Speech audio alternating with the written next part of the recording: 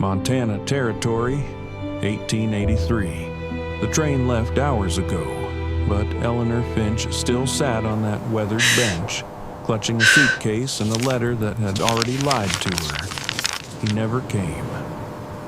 Would you have waited, too, when the wind cuts your face and everyone's eyes whisper, "Poor foolish girl, she'd sold everything for a promise written by a stranger, believing anyone might want her." But when hope finally cracked inside her chest, a small voice asked, "Miss, are you hurt?" A little girl stood there, barefoot, eyes the color of rain, and then, with all the innocence in the world, she whispered, "Can you be my mommy?" In that single question lay the chance for redemption, love, and a family Eleanor never thought she'd deserve.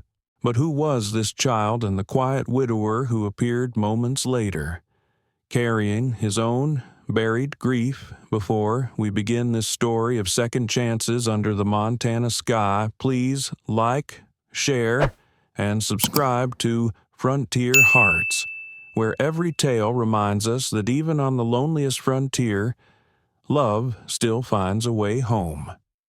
The year was 1883, and winter had come early to the small frontier town of Willow Creek, nestled between the pine ridges of the Montana Territory. The noon train had long since gone, leaving behind only the thin wail of the wind and a woman sitting alone on the platform bench. Her name was Amelia Hart, though few here would remember it. She had arrived that morning in a blue traveling dress now dulled by dust, with a single valise and a folded letter she'd read so many times the creases had nearly torn. The letter bore a man's name, Henry Calloway, rancher of the North Fork Valley, who had promised to meet her here, to take her home, to be her husband. But Henry Calloway had not come. The sun crawled lower, its pale light stretching across the empty tracks, and Amelia's breath turned to small clouds in the air. Around her, the station came alive with movement, only to abandon her again, the porter locking up his office, a farmer hitching his wagon, two boys daring each other to ask the mail-order bride if she'd been stood up. Their laughter lingered long after they left. Amelia sat still, her gloved hands tied around the letter. On the paper, the ink had bled slightly. "I will wait for you by the elm tree at the depot, my dearest A." That elm tree stood 20 feet away, bare and unwelcoming. She stared at it until her eyes burned, willing any shadow to appear beneath it. None did. The wind carried dust and the scent of iron from the rails. It reminded her of the smelting yard back in St. Louis, where her father had worked before people learned the truth that his mother had been Shawnee. After that, the neighbors stopped calling, and the women at church stopped nodding hello. When he died, Amelia and her mother were left with a name that sounded white enough, but not the face to match it. She had thought this journey west would be a kind of rebirth. She had thought love might forgive what the world would not. Now, watching the last light fade behind the mountains, Amelia understood what a fool's hope that had been. Her throat tightened as she folded the letter carefully, pressing it against her heart like a talisman. Somewhere behind her, a stable door creaked, horses nickered softly, the world moved on. Only she remained still just another woman, too plain, too strange, too mixed blood for anyone to claim. A stray piece of hay clung to her skirt. She brushed it off and forced herself to breathe, to stand, to gather the small dignity still left to her. The station master glanced at her from inside the office window, pity flickering in his eyes before he turned away. She knew that look. It was the same look people gave a stray dog they couldn't bring themselves to feed. A gust of wind tore the hatpin from her hair, sending her bonnet tumbling down the platform. She chased after it, laughing once, just a breath of sound that startled even her. It was either laugh or cry, and she'd cried enough for one lifetime. She caught the bonnet near the tracks, her hands trembling with cold. When she lifted her eyes again, she saw how endless the land was, miles of wheat-colored grass, frozen ponds glinting in the distance, skies so wide it could swallow her whole. For the first time, she felt the true meaning of the word alone. She whispered into the wind, "You promised. Henry, you said you'd come." The wind gave no answer. A wagon rattled by on the dirt road, the driver slowing just enough to stare. A woman beside him muttered something under her breath, something sharp and pitying. Amelia turned her face away. She could not bear their eyes, could not stand to see what she had become, a woman left behind by a man who never existed, waiting for a future that had never been hers to claim. The ache in her chest grew heavier with each breath. She imagined walking out into the fields, away from the town, letting the prairie take her back into its silence. It would be so easy. She thought to vanish where no one knew her story, where even the wind would forget her name. But then, in the quiet, she heard it. A child's laughter. It came faintly at first, like the chime of glass in the wind, then closer. Clear as a bird call. She turned. Near the edge of the platform stood a little girl, no older than 4. Her cheeks red from the cold, her dress too thin for the season. The child tilted her head, watching Amelia with a curiosity so innocent it broke something open inside her. "Miss," the girl asked softly, "are you hurt?" Amelia blinked. Her throat ached too much to answer. The child took a hesitant step forward, clutching a small rag doll against her chest. "You look like my mama," she whispered, eyes full of something that wasn't pity, wasn't mockery, just hope. And then, before Amelia could speak, before she could even understand what she felt, the little girl asked the words that would change everything. "Can you be my mommy?" The world seemed to still. Even the wind quieted for one fleeting second. Amelia forgot the empty tracks, the cruel laughter, the letter that had lied to her. All she saw was this small soul reaching out from the cold, asking not for help, but for love. Her lips parted, but no sound came. Behind the girl, footsteps approached slow, steady, heavy with years of sorrow. A man appeared, tall, wrapped in a worn coat dusted with snow. His eyes met Amelia's, and for reasons she couldn't name, she felt the same ache mirrored there. He reached for the child's hand. "Lydia," he said gently, "don't trouble the lady." The little girl pressed closer to Amelia's skirts, unwilling to let go. Amelia looked at the man, at his weathered face, his rough hands, and something in his presence felt familiar, like a song half remembered. She managed a faint smile. "It's no trouble," she whispered. "None at all." The man nodded, uncertain, then tipped his hat. "You'd best get inside, miss. Cold's turning fast." She glanced once more at the empty platform, the bare elm, the letter in her hand, and, for the first time that day, she thought perhaps she wasn't meant to be found by the man who wrote that letter. Perhaps she was meant to be found here, by this child and her quiet father, under a sky wide enough to begin again. As the 3 of them stood in the fading light, the train whistle echoed far away, a sound of endings and maybe beginnings. That night, as snow began to fall over Willow Creek, Amelia followed the man and his daughter toward the edge of town, seeking nothing more than shelter. never knowing that the small hand clutching hers would soon lead her to the only home she had ever truly known. Snow had begun to fall by the time Amelia Hart followed the quiet rancher and his little girl down the narrow road that curved away from the station. The night pressed in gently, soft flakes gathering on her bonnet, catching in the child's dark curls. Their footsteps left a fragile trail along the frozen path, three shadows moving through a world that had not expected them to meet.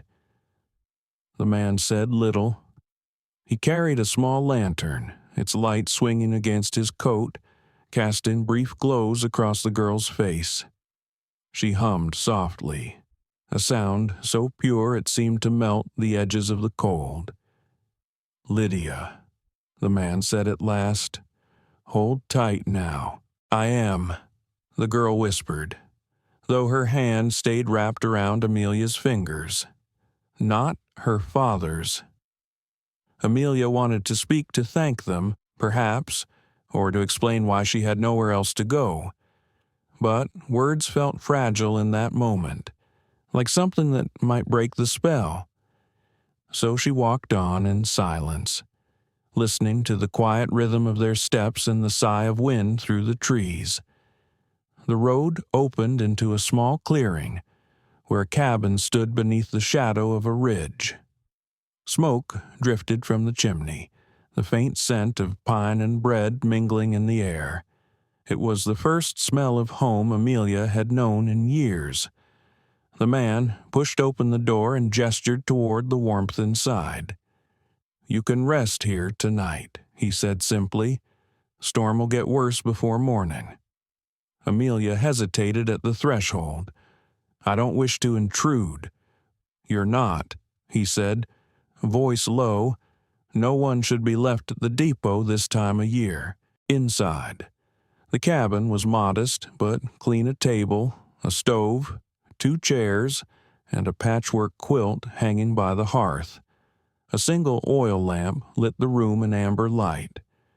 Lydia slipped off her mittens and placed them neatly on the bench before climbing into a rocking chair, watching Amelia with those same curious eyes. Amelia stood uncertainly, clutching her valise. "Thank you. Mr. Whitlock," he said. "Samuel Whitlock." She nodded.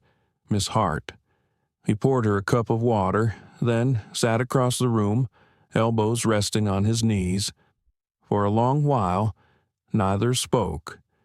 The only sound was the steady crackle of the fire and Lydia's soft humming a tune that sounded like a lullaby once sung by someone long gone. At last, Samuel broke the silence. "You were waiting for someone at the station." The words were not a question, but Amelia nodded anyway. "Yes," she said softly, "but he didn't come." Samuel's gaze stayed fixed on the fire. "A man who leaves a woman standing in the cold doesn't deserve to be remembered." Amelia looked down at her hands, the letter still folded tightly between her palms. "Perhaps," she whispered, "but when it's all you have left, forgetting feels like dying twice." He said nothing, but his eyes flickered, not with pity, but with understanding. Lydia climbed down from her chair and padded across the floor, her small hand reaching for Amelia's skirt. "You look sad," she said, "like the trees when the wind is too heavy."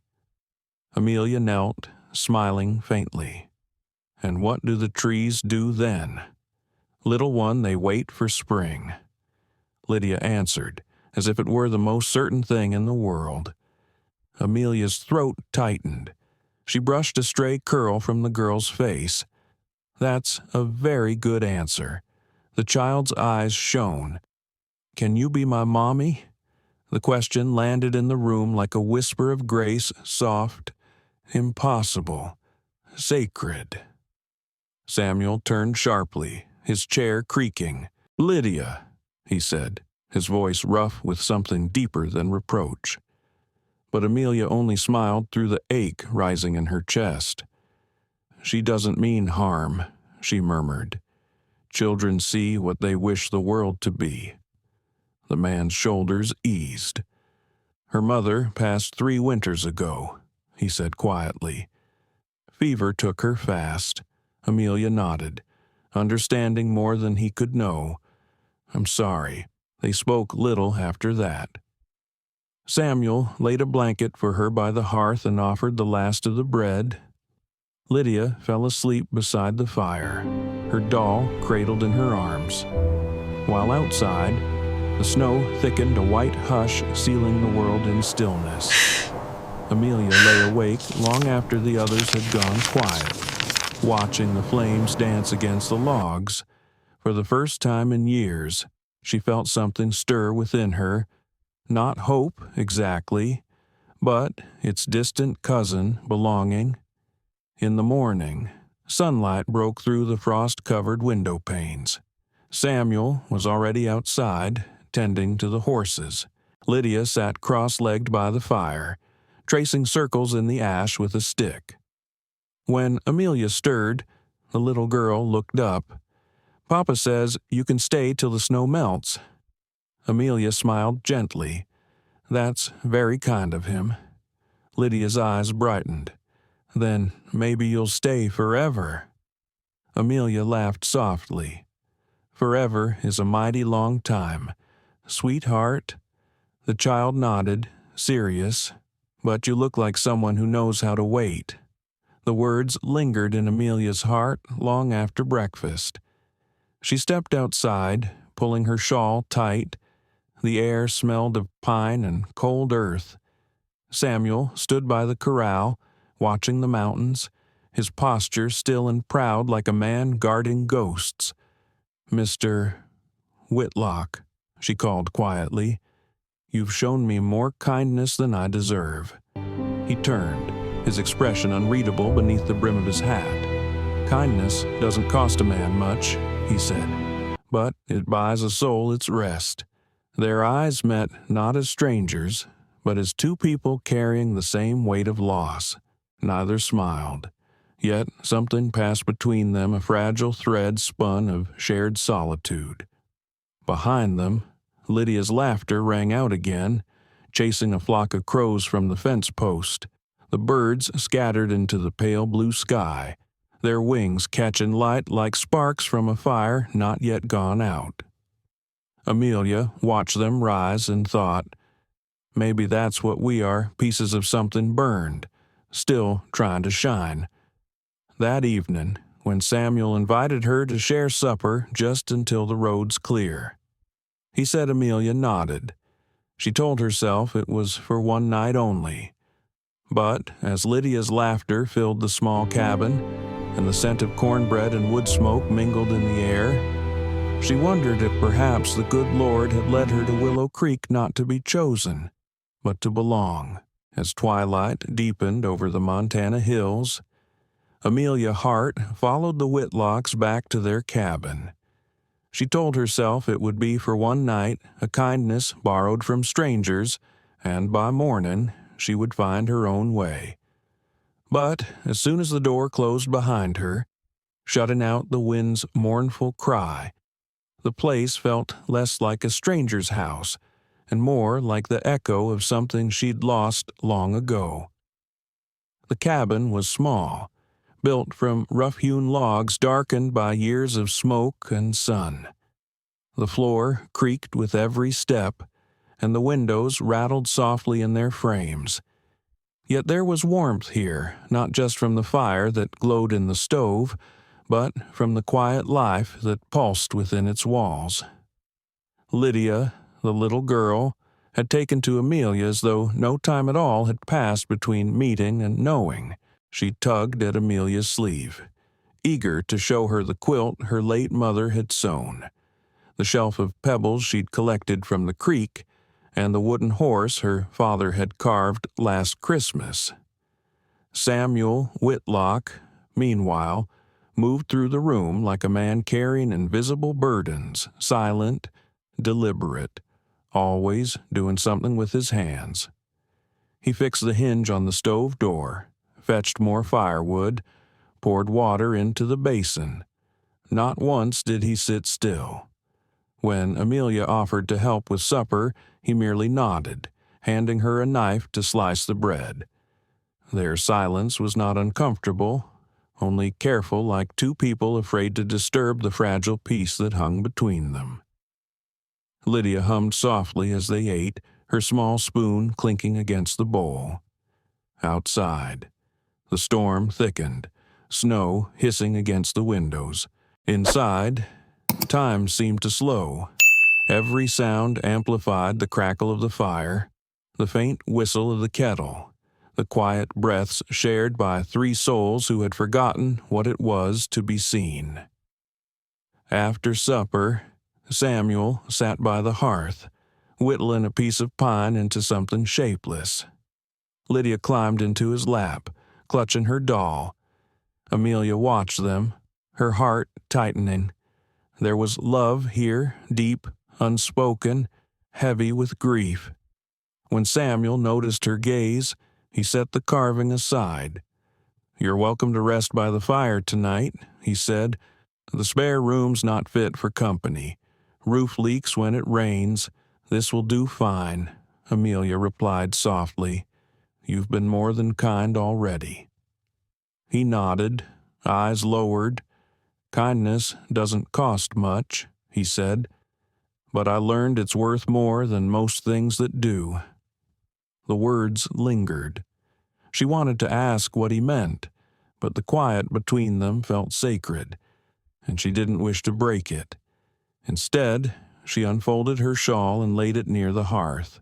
Lydia was already asleep, her small hand still gripping the edge of her father's coat.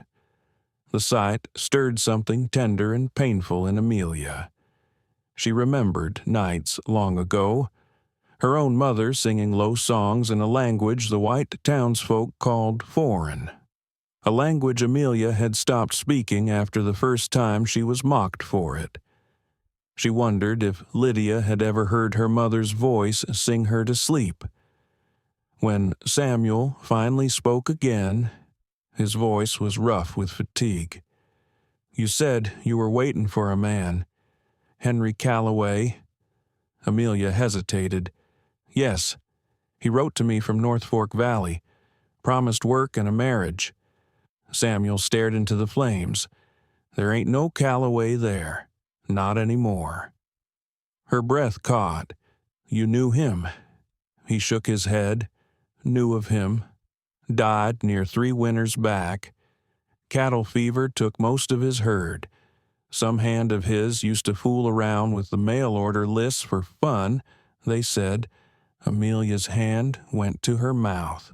"So the letters were never from him." Silence fell heavy in the room.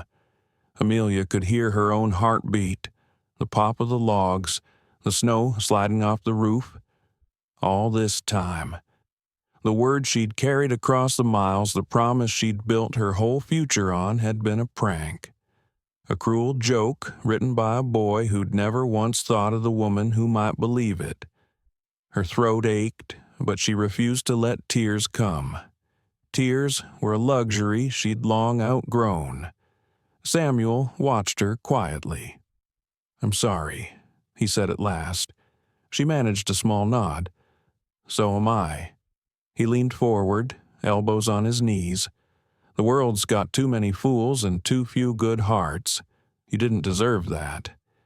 Amelia met his eyes, surprised by the softness there. He looked away quickly, as though embarrassed by his own compassion. "Thank you," she said, "for telling me the truth." Samuel stood, adjusting a blanket around Lydia's shoulders. "Truth's the least I owe you. You'll have a hard road come morning, but I'll see you to town when the snow lets up." Amelia wanted to tell him she'd be gone before dawn, that she couldn't stay another day under the same roof, burdened by charity. But when she looked down at the sleeping child beside the hearth, something inside her faltered. She simply said, "We'll see." Later, long after Samuel had gone to his room, Amelia sat awake watching the fire burn low. Shadows flickered on the walls, dancing like old memories. She took the letter from her pocket and held it over the flame. The ink curled, the paper browned, and at last it turned to ash. When she finally lay down, she thought of Lydia's small hand slipping into hers that afternoon, a gesture simple as breath, yet enough to make her believe, if only faintly, that life had not quite finished with her yet. The wind sighed against the windows, and Amelia closed her eyes, the warmth of the fire fading into dreams she hadn't dared to have in years. The next morning dawned pale and brittle. Samuel was already outside, chopping wood, his breath rising in clouds. Lydia's laughter echoed through the yard as she chased a rooster too stubborn to flee. Amelia stepped to the door, the smell of pine smoke clinging to her hair, and for a moment she forgot she was a guest. She felt, impossibly, like she'd come home. The days that followed settled like soft snow over the Whitlock homestead, slow, silent, and deceptively gentle. Amelia Hart told herself she would leave once the road cleared, once her hand stopped trembling every time Lydia slipped her small fingers into hers. But the storm had passed, and still she stayed. Each morning, she rose before the sun, helping Samuel stack the logs by the shed or gather water from the creek. He said little, and she did not mind. There was something soothing in the rhythm of his quiet and the scrape of boots on frosted earth, the breath of horses, the faint hiss of the stove kindling to life inside. The cabin was a world apart from the wind and endless prairie. Yet even in its warmth, Amelia could sense an absence that clung to the air, a shadow stitched into every corner. She noticed it in the way Samuel's eyes lingered on the empty chair by the window, in how his hands hesitated when folding Lydia's small dresses, and in the hush that fell whenever the girl spoke of her mother.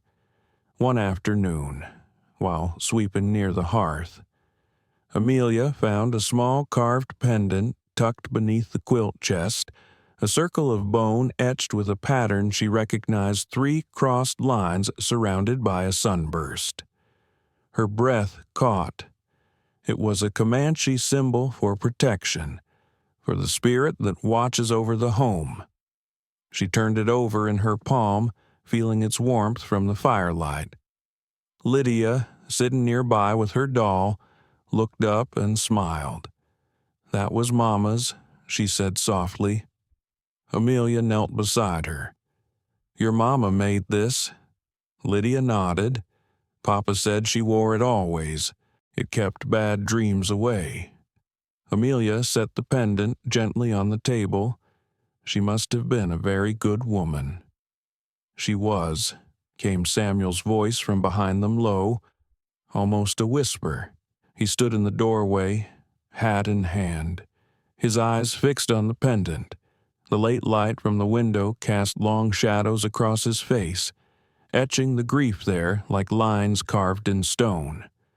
"Her name was Kaya," he said. "She was Comanche. Half the folks in town never spoke to her. The other half wished she'd vanish." Amelia straightened slowly, her hands trembling. "I'm sorry," she murmured. He shook his head. "Don't be. She was braver than most men I've ever known. When the fever came through the valley, she stayed to tend the sick, wouldn't leave her people, wouldn't leave me. She caught it herself before the snows." His voice cracked, then steadied again. "Buried her out past the cottonwoods. Haven't been the same since." For a long moment, the only sound was the fire's quiet murmur. Lydia rose from her stool and climbed into her father's arms, resting her cheek against his chest. Samuel's large hands enveloped her tiny frame, holding her as if she were the last fragile piece of light left in the world. Amelia turned away, giving them their silence. But inside, something stirred, not pity, not sorrow, but a deep, aching recognition.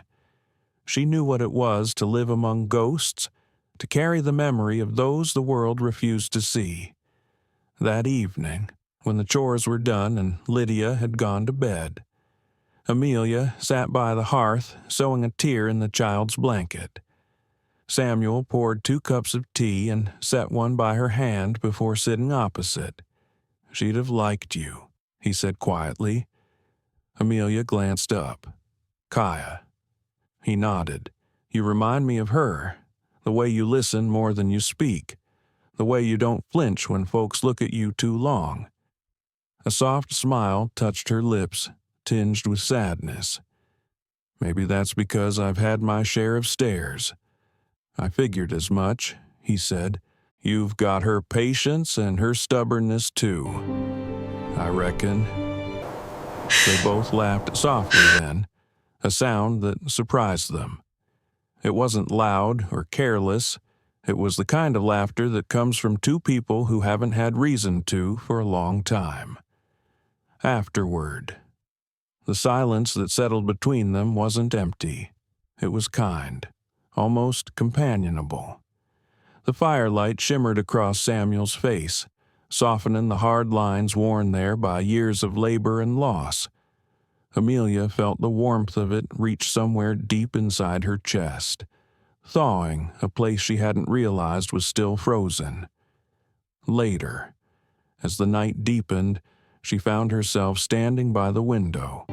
The moon spilled silver over the hills, lighting the cross of a small grave in the distance, Kaya's resting place. The wind whispered through the cottonwoods, and for a moment, Amelia thought she saw the faint shimmer of a figure there, cloaked in the moonlight, watching over them. She closed her eyes and breathed deeply. It was not fear she felt, but peace, as if the spirit of that woman, brave, kind, unforgotten, still lingered to bless the home and those who remained. Behind her, Samuel's voice came softly. "Sometimes, when the wind blows from the east, I swear I can hear her singing. Lydia does too." Amelia nodded. "Love doesn't die," she said quietly. "It just changes where it lives." He looked at her for a long moment, then nodded once, a small gesture, but full of understanding. That night, Amelia dreamed of a wide prairie filled with wildflowers, and of a woman whose eyes were gentle and strong, standing beside her beneath an endless sky. When she awoke, dawn was breaking pale gold and tender, and somewhere outside, Lydia's laughter rang like a song returned. But peace on the frontier was never meant to last. The following night, as the wind shifted and the first spring storm rolled across the valley, Lydia's laughter faded into coughing. By dawn, her small body burned with fever, and for the first time, Samuel's quiet strength began to crack. The next evening came with a restless wind. It rattled the shutters and whispered through the cracks like an omen. Amelia Hart had just finished mending one of Lydia's dresses when she noticed how quiet the house had become. No laughter from the child's corner, no patter of small feet. She looked toward the hearth. Lydia sat curled on the rug, her doll limp in her arms, her face pale under the flicker of lamplight. "Sweetheart." Amelia crossed the room and touched the girl's cheek. The heat that met her palm stole the air from her lungs. "Samuel," she called, her voice tight. He appeared from the doorway, wiping his hands on a cloth, his expression shifting the moment he saw Lydia. He knelt beside them, his calloused fingers trembling as he felt his daughter's burning forehead. "Dear Lord," he whispered. "She was fine this morning." Children fall ill quickly, Amelia thought, and sometimes they don't recover at all. A memory flashed before her eyes a winter years ago, her little brother gasping for air in a fever dream while her father mixed herbs by the fire. She had been too young then to help, but old enough to remember the scent of crushed willow bark and sage. "She's burning up," Samuel said. "The doctor's 20 miles out. Roads are flooded by now. Then we'll have to do what we can here," Amelia replied softly. Her calm surprised even herself. Fear had long been her companion. Yet tonight it stepped aside for something steadier, the quiet resolve of someone who could not bear to lose another soul. She laid Lydia on the bed, stripped away the heavy blanket, and began to work. From the pantry, she gathered what the frontier had to offer: dried herbs, willow shavings, a little honey, clean rags, cool water from the well. Samuel hovered near the doorway, his broad frame useless in its strength. "Tell me what to do," he said. "I'll do anything." Amelia glanced at him, seeing not the stoic rancher but a father on the edge of despair. "Boil water," she said gently, "and pray it cools her down before dawn." He obeyed without question. The hours stretched thin. The wind howled outside, beaten against the cabin walls like a living thing. Inside, time hung between each labored breath that left Lydia's lips. Amelia worked steadily, bathing the child's skin with cool cloths, whispering comfort even as exhaustion pricked at her eyes. When Samuel returned with the steaming pot, she mixed a bitter draught of herbs, coaxing Lydia to swallow it. The girl whimpered, clutching Amelia's hand weakly. "You're doing fine, little one," Amelia murmured. "Just breathe. The fever will pass." "Are you sure?" Samuel asked, voice breaking. Amelia met his eyes. "I've seen it before," she said. "My father taught me these herbs lower the fire inside the body. But we'll need to keep her warm, even as we cool her skin. It's a cruel balance." He nodded, but the fear in his gaze did not fade. Hours passed. The night deepened, heavy with storm and silence. The fire burned low, the oil in the lamp thinning. Amelia felt her body ache, but she dared not stop. She dipped the cloth again and again, pressed it to the child's brow, whispered small prayers, not the ones she'd been taught in church, but the older ones, the ones her father had whispered in Shawnee, the language of earth and spirit. At some point, Samuel knelt beside the bed, his head bowed, his rough hands gripping the frame. "Don't take her," he said under his breath. "Not her. Not again." Amelia turned, her heart twisting. She had heard that same plea once before in her mother's voice when sickness took her baby brother. "She's strong," Amelia said quietly. "She's her mother's daughter." He lifted his head, eyes red. "You talk like you knew her." Amelia hesitated, then spoke. "In a way, I do. She's here in the child, in you, in this house. The ones we love never really leave." He stared at her for a long time, as though trying to read something hidden behind her words. Then he nodded once, wordless, and sat beside Lydia, holding her small hand while Amelia tended the fever. The hours crawled. The wind died. The world became very small, the size of one room, one child, one fragile hope. Sometime near dawn, Lydia stirred. A faint sigh escaped her lips. Amelia pressed a hand to her forehead. The fire had broken. Her skin was damp, her pulse steady. "She's coolin'," Amelia whispered, unable to hide the tremor in her voice. Samuel leaned forward, disbelief etched across his face. He touched his daughter's cheek, then looked at Amelia, and in that moment, his silence said everything. Gratitude, relief, awe. Amelia smiled faintly, though her eyes burned with exhaustion. "She'll sleep now. The fever's gone." Samuel exhaled shakily, a sound halfway between a sob and a prayer. He covered Lydia gently with a quilt, then turned to Amelia. "You saved her," he said. Amelia shook her head. "No, the Herbs did what they could. The rest was her will." But even as she spoke, she knew it wasn't the whole truth. Something beyond medicine had passed between them that night. Something old and unseen, woven through every whispered prayer and every act of care. Samuel sank into the chair by the bed, his face in his hands. Amelia sat beside him, too tired to move. The first light of morning seeped through the window, turning the frost on the glass into patterns of gold. For the first time, she noticed how worn his hands were, the scars, the calluses, the evidence of a life built from endurance. Without thinking, she reached out and touched his wrist. He looked up, startled. She withdrew her hand quickly. "Forgive me," she said softly. "I didn't mean." But Samuel shook his head. "Don't," he murmured. "You've done more than I ever deserved." They sat like that for a while, neither speaking, the quiet stretching between them like something fragile and holy.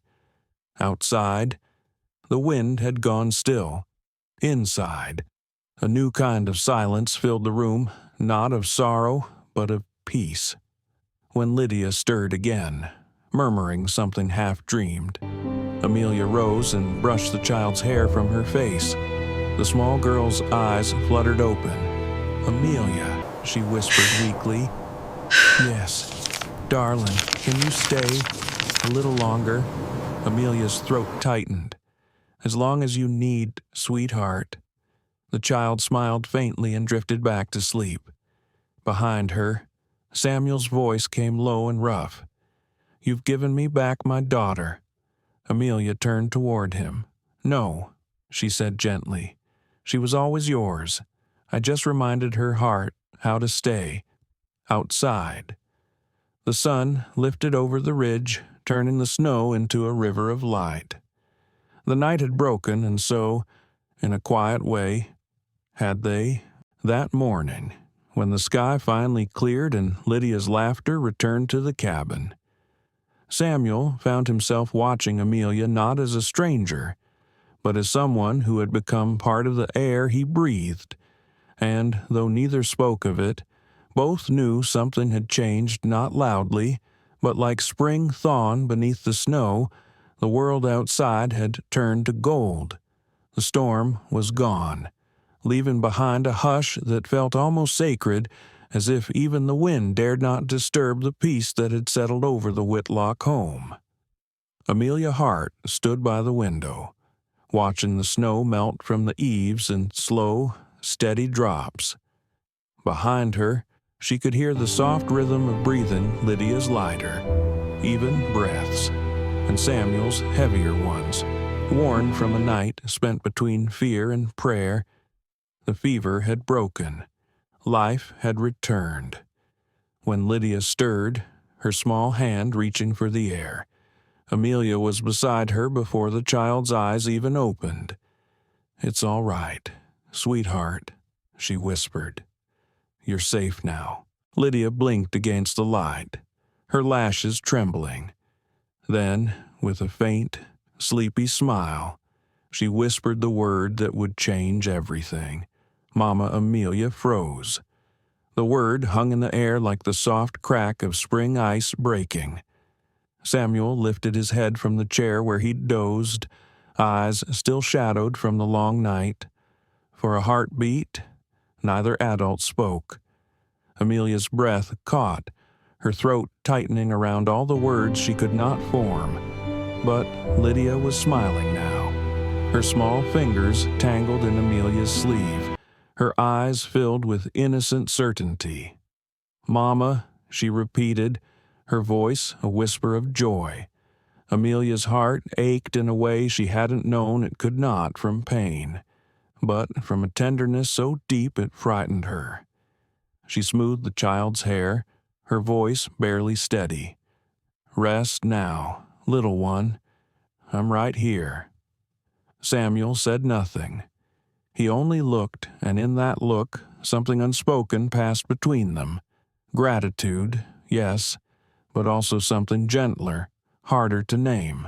The quiet awe of a man seeing hope where he thought none could grow. He rose slowly, his boots silent against the wood floor. Standing behind Amelia, he said softly, "You should rest. You've been awake near a day and a night. I'll rest when she's strong again." Amelia replied without turning. He hesitated, then nodded, not in argument, but in respect. "She called you Mama," he said after a pause. Amelia's eyes flickered to the window. "Children sometimes dream strange things when they're weak." "Maybe," he said, "but maybe not." The silence that followed was not uncomfortable. It was a stillness filled with the sound of the fire, the ticking of a clock, the faint whistle of the wind through the chinks in the wall, the kind of silence that made one aware of the life inside it. By afternoon, Lydia had drifted back into a peaceful sleep. Amelia finally allowed herself to lie down near the hearth, exhaustion pulling her under like a tide. When she awoke hours later, the cabin was dim with evening. The smell of stew filled the air, and Samuel was at the stove, ladling soup into a bowl. "I didn't mean to sleep," she murmured, sitting up. "You earned it," he said. "There's food, if you can manage a little." Amelia took the bowl, her hands wrapping around the warmth. "Thank you."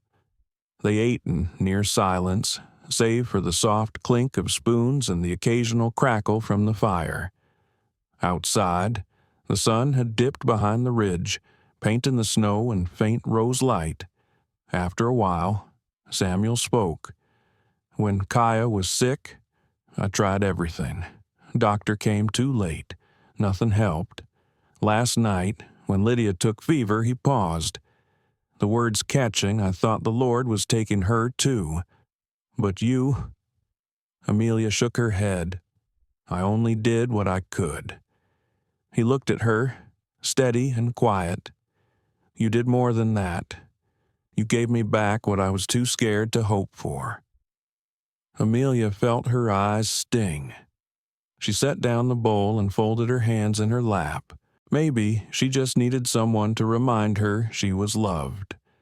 "Then maybe I did too," he said softly. The words hung there, simple, honest, dangerous in their tenderness. Amelia didn't answer.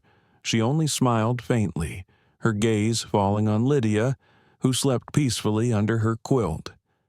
Her small hand clutching the carved pendant that once belonged to her mother. Samuel followed her gaze. Kaya believed people's spirits meet twice in life, once when they're born, once when they find the home meant for them. Maybe that's what's happening now. Amelia looked up, startled by the gentleness in his voice. "Do you believe that he hesitated?" "I used to. Then I stopped. Now, I don't rightly know what I believe anymore." "Maybe belief isn't something you find," she said quietly. "Maybe it finds you when your heart's ready." He nodded slowly. Maybe so. A faint smile crossed his face, the first real one she'd seen. It softened him, made him seem years younger, almost boyish. Later, when Lydia stirred in her sleep and whispered something Amelia couldn't quite hear, Samuel leaned over and adjusted the blanket around his daughter. His hand brushed Amelia's, just for a second. Neither moved away. The fire burned low. The night wrapped around the cabin like a tender hush. Amelia sat watching the flames, feeling something take root inside her small, fragile, but alive. For the first time since she'd stepped off the train at Willow Creek, she felt she belonged to something larger than her sorrow, not as a visitor, not as a charity case, but as part of a small, imperfect family learning to live again. She looked at Lydia, then at Samuel, and thought, This is what love must be. Quiet, ordinary, the kind that stays when the storm is gone. Outside, the snow began to fall again, not heavy this time, but soft, like blessings from a sky finally at peace. That night, long after Lydia drifted to sleep, Samuel stepped outside to tend the firewood. Amelia followed, drawn by the cold and the sound of his quiet movements. The stars above the valley burned bright and low, and between them, words long buried began to find their way to the surface. The night air was crisp, carrying the scent of pine and melting snow. After the long day of watching over Lydia, Amelia Hart stepped outside, drawn by the stillness of the valley. The moon hung low, pale and wide, bathing the hills in silver. Behind her, the cabin glowed softly, a warm square of light in a vast, sleeping world. She pulled her shawl close and breathed deeply, letting the cold steady her thoughts. So much had changed in so little time. Just a week ago, she'd arrived in Willow Creek a stranger, with no name anyone cared to know. Now, there was a child sleeping inside who had called her Mama, and a man who had looked at her not with suspicion, but with something quieter trust. Couldn't sleep. The voice came from the shadows near the barn. Samuel Whitlock stepped into the moonlight, his coat pulled tight against the chill. He carried 2 mugs, steam curling into the cold night. "I thought you could use some warmth," he said, offering one. Amelia smiled softly. "Thank you." She accepted the mug, feeling the comfort of its heat seep into her fingers. "She's resting soundly." He nodded, like the fever never touched her. "I still can't believe it." They stood for a time without speaking, watching the stars tremble above the ridgeline. Somewhere far off, a coyote called, its lonely cry fading into the distance. "I used to come out here when Kaya was alive," Samuel said at last, his gaze fixed on the horizon. "She liked to sit in the grass and name the stars. Said everyone was a spirit watching over us." Amelia looked up. "She sounds like she was kind." "She was," he said softly, "kind and brave. She could walk into a room full of people who hated her and still find a way to smile." He paused, jaw tightening. "They never forgave me for marrying her, not the men in town, not even my own kin. Said I'd shame my blood. After she passed, folks stopped saying her name altogether, like she'd never been." His words hung heavy in the air, and Amelia's heart ached at their quiet truth. She knew too well the kind of silence that follows cruelty, the kind that tries to erase a life by pretending it never mattered. She spoke softly. "People fear what reminds them of their own meanness. Your wife's courage showed them who they weren't." Samuel's eyes met hers, and in them she saw both grief and gratitude. "You talk like someone who's known their share of meanness, too." Amelia hesitated, her fingers tightening around the mug. The warmth from it no longer reached her hands. "When I was a girl," she began, "my father worked at the foundry in St. Louis. He was a quiet man, half Shawnee. My mother tried to raise me proper, make me forget that half of myself, but the town never let me forget. I was half-breed, mongrel, not quite one thing or the other." She gave a small, rueful smile. "When I was 16, a boy said he loved me, promised we'd marry when he had land. His father sent him east the next week." Her voice grew softer. "It happened again. Twice more men who said they'd love me forever until someone reminded them what I was." Samuel's brow furrowed. "I'm sorry. There's no need," she said. "Each time. I thought it was my fault that I was meant to be alone." But maybe I just needed to learn the difference between being wanted and being chosen. He studied her for a long moment, his breath clouding faintly in the cold. "That's a hard lesson," he said quietly. "One I reckon most folks never learn." Amelia looked toward the cabin, where faint light flickered against the window pane. When Lydia called me Mama, I almost told her not to. I didn't think I had the right. But then I looked at her, and it didn't feel wrong. It felt— She paused, searching for the word— like forgiveness. Samuel's eyes softened. Maybe it was. A silence fell between them again, not empty, but filled with the weight of all they'd shared. The stars above seemed to pulse brighter, the air humming with a kind of quiet understanding that needed no voice. Finally, Samuel said, "You remind me of her, you know, Kaya, not in looks, but in spirit. The way you carry pain not as a wound, but as something you've learned to live with." Amelia shook her head. "I don't feel brave. Bravery's not loud," he said gently. "Sometimes it's just getting up every morning when the world's tried to break you." The words struck deep, simple and true. Amelia felt her throat tighten again, but this time she didn't fight it. Tears welled, but she let them fall quietly, tracing the lines of her face like the softest kind of release. Samuel stepped closer, not to comfort her, but to stand beside her close enough that she could feel the warmth of him through the cold air. They stood that way for a long time. Two souls no longer strangers, bound by loss and something beyond it, the fragile beginning of trust, of care, of something that might one day become love. When Amelia finally spoke, her voice was barely a whisper. "Do you ever think the heart can start again?" After so much, he looked toward the mountains, their peaks glowing faintly in the moonlight. "I don't know," he said, "but I reckon if it can, it starts small, like spring grass pushing through the snow." Amelia smiled through her tears. "Then maybe that's what tonight is." He nodded, his eyes lingering on hers.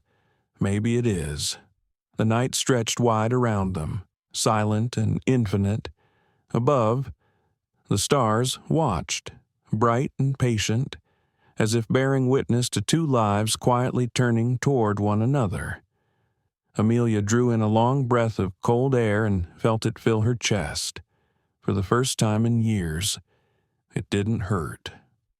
When they finally returned to the cabin, the fire had burned low.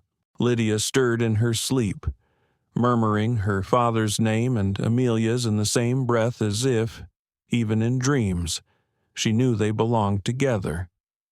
Samuel paused at the door, looking back once at the starlit sky, then at Amelia, and thought maybe, after all this time, the frontier wasn't just a place to survive, maybe it was a place to begin again.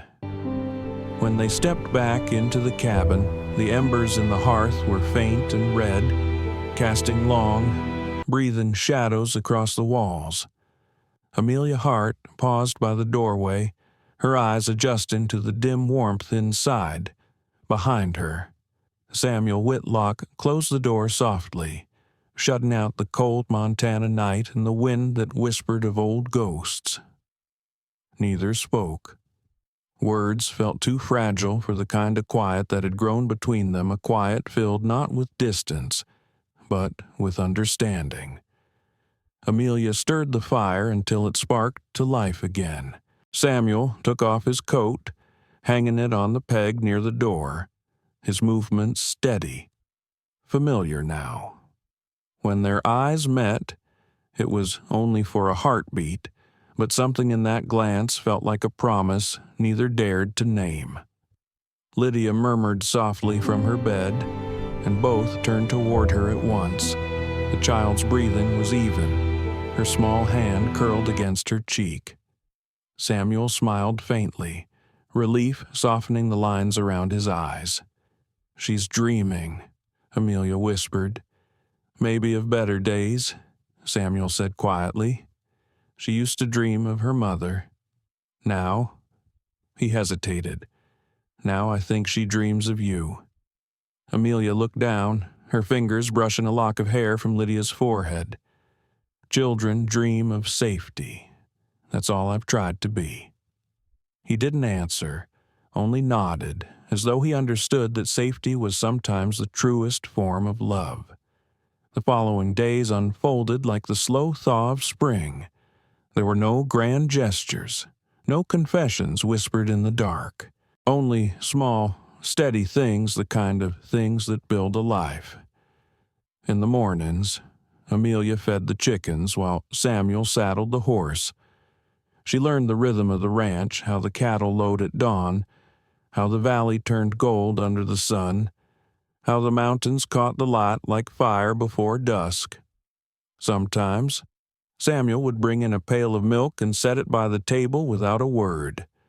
She would nod, smile, and pour it into a jug. Between them passed a quiet language made of glances and gestures, a kind of speech that needed no sound. Lydia followed Amelia everywhere. She helped knead the dough, fed scraps to the barn cats, and insisted on singing the same 3 lines of a song until all 3 of them laughed. The laughter came easily now, soft and surprised, like a sound they'd forgotten they knew how to make. At night, when the chores were done and the fire burned low, Amelia would sit by the window with her sewing while Samuel read aloud from the worn family Bible. His voice was deep, a little rough from disuse, but kind. Lydia often fell asleep halfway through, her doll tucked under her arm. It wasn't happiness exactly that filled the room, it was something gentler, quieter, a sense that life, even after all it had taken, could still offer small mercies. One evening, Samuel returned later than usual, his coat dusted with snow, his face flushed from the wind. Amelia was mending one of Lydia's dresses by the fire. She looked up when the door opened. "Long ride?" she asked. "Longer than I meant," he said, pulling off his gloves. "Neighbor's mare foaled early. They needed a hand." He paused, then added, "I brought you something." He reached into his coat and pulled out a small bundle wrapped in cloth. When she unwrapped it, she found a spool of thread, pale blue, fine as silk. Amelia looked up, startled. "Samuel, it's just thread," he said quickly, almost embarrassed. "Figured you'd make something for Lydia, or for yourself." She turned the spool in her hand, her throat tightening. "It's beautiful." He shrugged, but there was warmth in his eyes. "Kaya always said a house looks more like a home when there's color in it." For a long moment, neither spoke. The fire crackled softly between them, the air rich with the smell of pine smoke and stew. Amelia placed the spool on the mantel beside Kaya's old pendant, not as replacement, but as something new beside something sacred. Later that night, after Lydia had been put to bed, Samuel lingered by the door, as if unsure whether to stay or go. Amelia sat near the fire, mending again, her needle flashing faintly in the light. "She's been sleeping better," he said.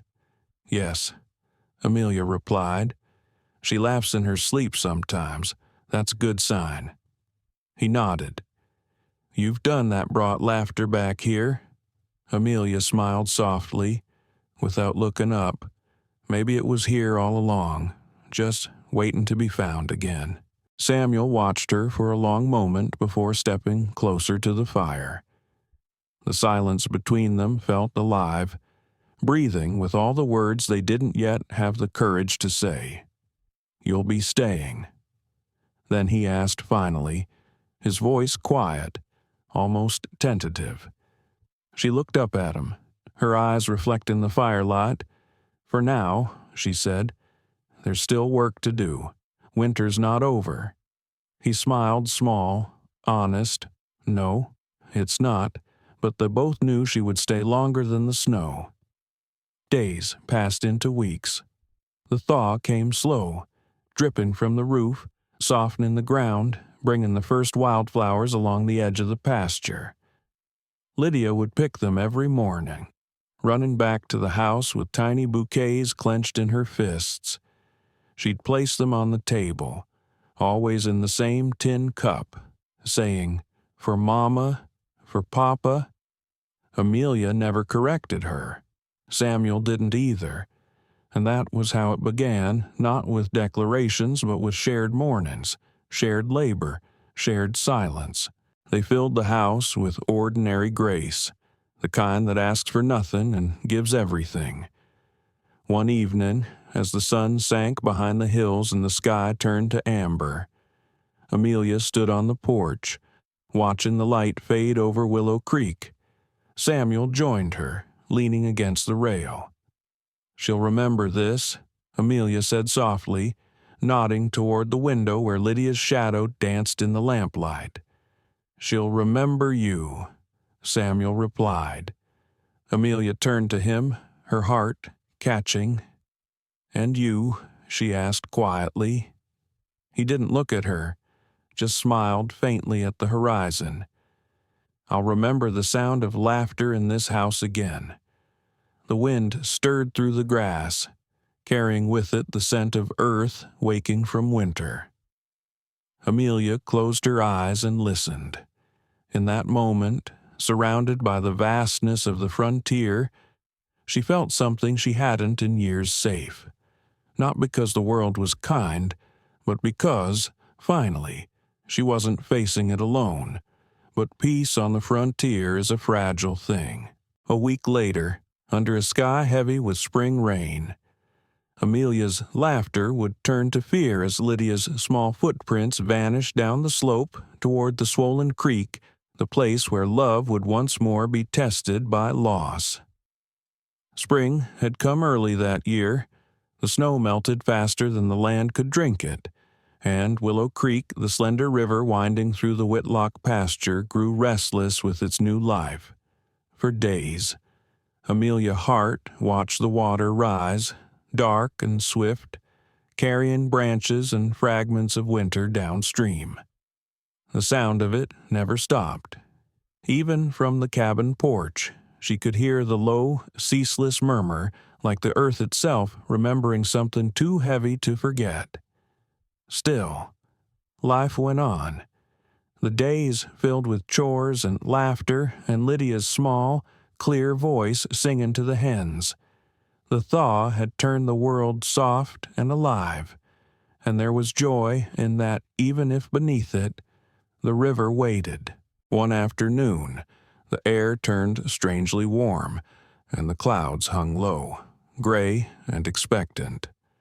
Samuel had gone to mend a fence on the far end of the pasture, leaving Amelia and Lydia near the barn to gather firewood. "Don't stray far," Amelia said, glancing toward the slope where the creek shimmered in the distance. Lydia nodded, her curls bouncing as she carried a small basket of kindling. "I won't, Mama." The word still startled Amelia, even now. Each time Lydia said it, her heart tightened not with pain, but with something so full it almost hurt. She smiled. Good girl. The sun slipped in and out of clouds as the afternoon wore on. Amelia stacked the last of the logs by the porch, brushed her hands clean, and turned to call Lydia back. Lydia's silence. Only the wind answering. Her chest tightened. She looked toward the trees, no movement, toward the pasture, empty. And then, faint and distant, came a sound laughter. Lydia's laughter. Amelia's eyes followed it to the slope by the river. Her breath caught. The child was near the edge, crouched over something shining in the mud, a small wooden horse she'd dropped days before when they'd picnicked there. "Lydia," Amelia called, voice rising. "Come back up, sweetheart. It's not safe." The girl turned, her smile bright, and in that instant her foot slipped. There was a cry, a splash, and then silence. Amelia ran. Her shawl flew from her shoulders, her boot slipping on the thawed ground. The river roared louder now, swollen and wild, frothing white against the rocks. She saw a flash of fabric, Lydia's dress spinning in the current. "Hold on," Amelia shouted, though the child could not hear. Without thought, without hesitation, she plunged into the icy water. The cold hit her like a blow, stealing her breath, but she pushed forward, fighting the current with desperate strength. Her fingers brushed fabric once-twice before finally closing around Lydia's arm. The water dragged at them both, heavy as iron. Amelia pulled with all she had, kicking toward the shore, but the current caught them again, spinning them downstream. Her head struck something hard. Pain bloomed, white and hot, and then the world tilted, blurred, went dark. When Samuel Whitlock reached the river, the world seemed to stop. He had seen storms, stampedes, the raw cruelty of winter, but nothing like this. The water tore through the valley like a living thing, and there, caught in a tangle of roots near the bend. He saw them, Amelia's dress tangled in branches, Lydia's small body cradled against her chest. He plunged into the water without a sound. It was colder than death. Every muscle screamed, but he kept moving, fighting toward them. When he reached them, Lydia was limp, her curls plastered to her face. Amelia's eyes were closed, her lips pale. For a moment, he thought he was too late. No, he choked. No, please. He tore them free, hauling them one by one to the bank. Lydia, first, he laid her on the grass and pressed his ear to her chest. A faint heartbeat. Faint, but there. Relief hit him so hard he almost fell. Then Amelia. He turned her onto her side, brushed the wet hair from her face. "Breathe," he whispered hoarsely. "Come on, Amelia. Please." Nothing. Only the rush of the river beside them. He began pressing against her chest, calling her name again and again, and then a cough, a ragged breath. Samuel sagged forward, pulling her into his arms. "Thank God," he whispered, voice shaken. "Thank God." She stirred weakly, eyes fluttering open. Her lips trembled as she tried to speak. "Lydia, she's here. She's safe," he said quickly. "You saved her." The sound that left her was half a sob, half a sigh. Samuel wrapped his coat around them both, his own hands shaking violently. The cold bit into him, but he didn't care. He held them there for a long time, mother and child, until Lydia stirred, coughing softly. When the girl's small voice finally whispered, Papa Samuel felt his heart break open. He gathered them both closer, the three of them huddled together on the river bank as the first drops of rain began to fall.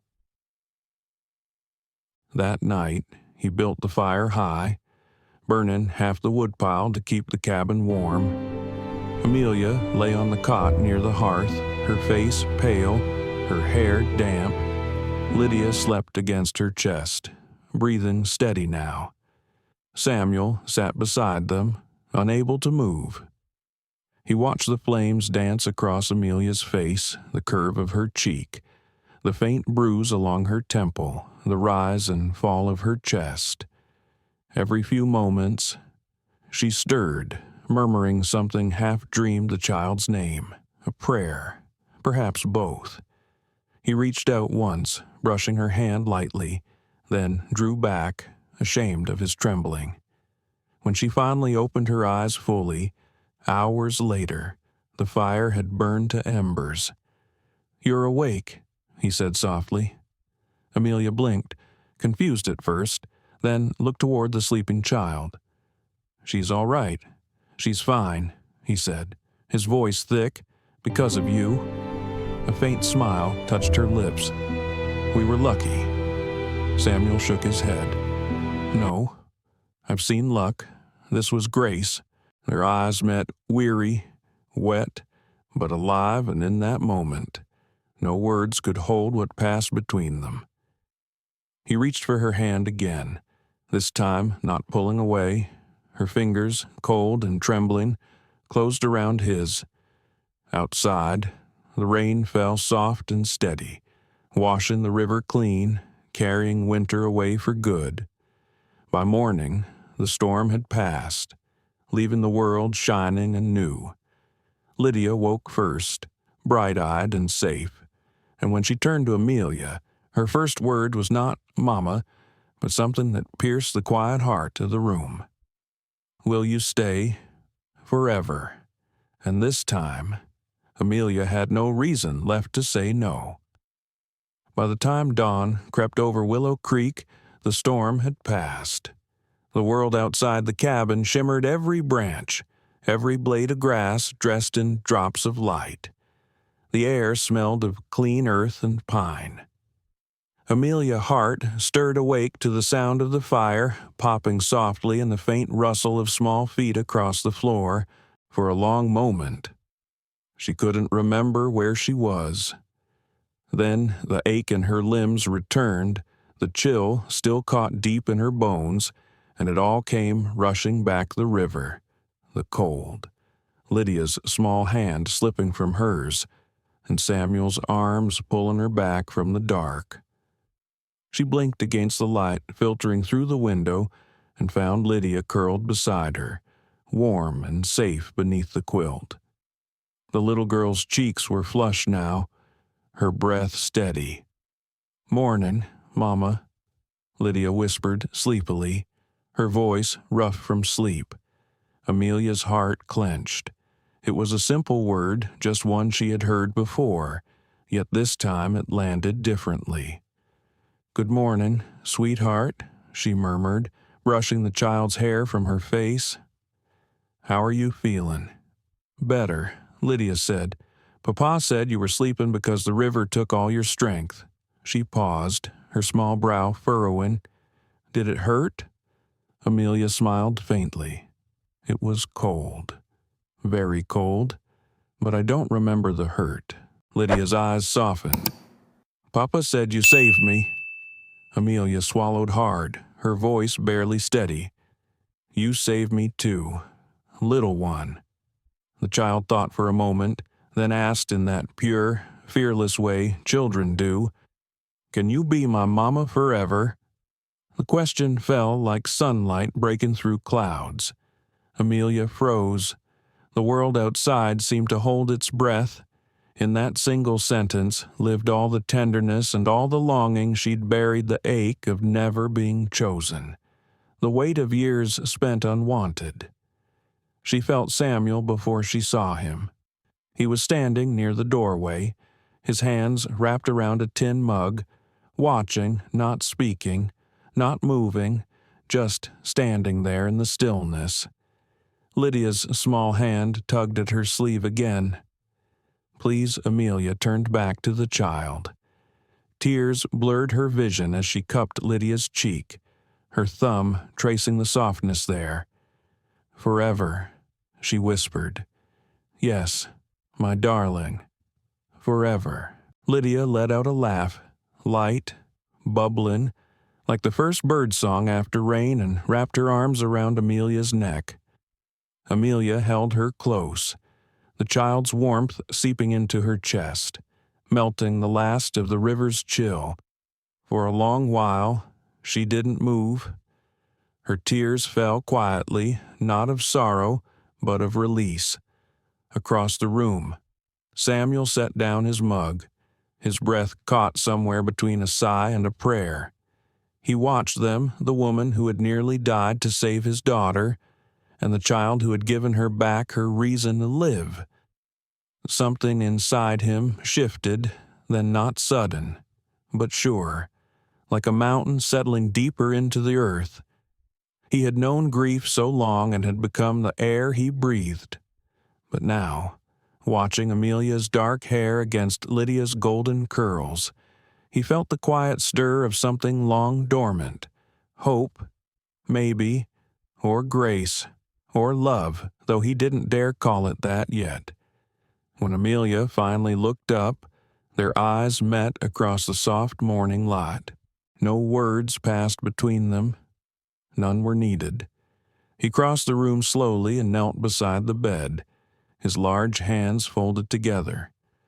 "You should rest more," he said softly. Amelia shook her head, a faint smile tugging at her lips. "I've rested enough. She needs you," he said, nodding toward Lydia. Amelia met his gaze steadily. "She needs us." The words settled between them, quiet, simple, true. Later that morning, Samuel went to tend the horses while Amelia and Lydia sat near the hearth, drying herbs and slicing apples. Lydia hummed a tune, her feet swinging beneath her chair. Every so often, Amelia would glance at her, still half afraid it was all some fragile dream. By afternoon, the cabin had filled with warmth again, the scent of stew simmering, the creak of the rocking chair, the low hum of domestic peace. It was the kind of day that might have gone unnoticed by anyone else, but to Amelia it was sacred. She remembered years when every sound was silence, every hour a kind of hunger. Now, even the scrape of Samuel's boots outside was a comfort. As dusk fell, Samuel returned, brushing snow from his shoulders. He looked tired, but softer somehow. When he stepped inside, Lydia ran to him, giggling, and threw her arms around his legs. "Papa, Mama said she'll stay forever," she declared proudly. Samuel froze, glancing toward Amelia. Their eyes met, and she saw the flicker of surprise there, and then something deeper, warmer, like the faint glow of a fire catching in the dark. He knelt, lifting Lydia into his arms. Did she now? Lydia nodded solemnly. Forever and ever. Samuel smiled, the lines around his mouth deepening. "That's a mighty long time." "Forever's not too long," Lydia said, resting her head on his shoulder. "It's just right." He kissed the top of her head, his gaze still resting on Amelia. "Then I reckon we'll make room for forever here."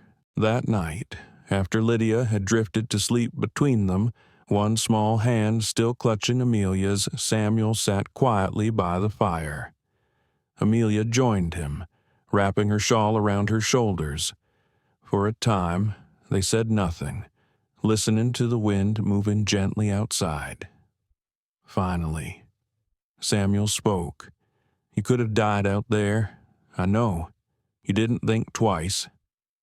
Amelia stared into the fire. There wasn't time to think. He studied her face, the glow of the flame soft against her skin. "You'd do it again, wouldn't you?" She met his eyes. Every time. The silence that followed was not empty. It was full of gratitude, of awe, of something neither could yet name, but both felt as surely as the heat between them. Samuel reached forward, his hand resting lightly on hers. "Then forever," he said quietly, "isn't near long enough." Amelia didn't reply. She only turned her hand over, lacing her fingers through his, a gesture as gentle as breath, as sure as prayer. And for the first time in years, the word home meant something more than walls and a roof. It meant belonging. It meant faith. It meant the three of them together against whatever the frontier still had left to bring. Outside, the snow began again, soft and slow, as if the sky itself blessed their fragile peace. But in the days to come, Samuel would find the courage to speak aloud what his heart had already decided that morning. By the river that love, when freely given, could make even the coldest land bloom again. By the week's end, winter had returned, soft and relentless. Snow fell over Willow Creek in slow, thoughtful flakes, the kind that muffled every sound and made even the world's rough edges seem kind. Amelia Hart stood by the cabin window, watching the flakes gather on the fence posts, on the bare branches of the cottonwoods, on the trail that wound toward the ridge. Somewhere out there, Samuel Whitlock was finishing his rounds, tending to the horses before the storm grew worse. Inside, the cabin was warm. Lydia sat cross-legged near the hearth, humming to her doll and speaking in that half-whispered way children do when they think no one is listening. "Mama says love is a promise," she said softly. "I think she's right." Amelia smiled at that. The words hung in the still air, settling over her like the snow outside. It had been a week since the river, a week since Lydia's question. "Can you be my mama forever?" and Amelia's answer that had changed everything. Life in the small cabin had found a new rhythm. Morning chores, shared meals, laughter, quiet. Simple moments stitched together like pieces of a quilt. Yet, beneath it all, there was something unspoken between her and Samuel. Something that grew with every glance, every brush of his hand as he passed her the coffee in the morning. A kindness too steady to be mistaken for chance. When the door opened and the cold swept in, Amelia turned. Samuel stepped inside, his coat dusted with snow, his breath rising in the small clouds. He looked tired but content.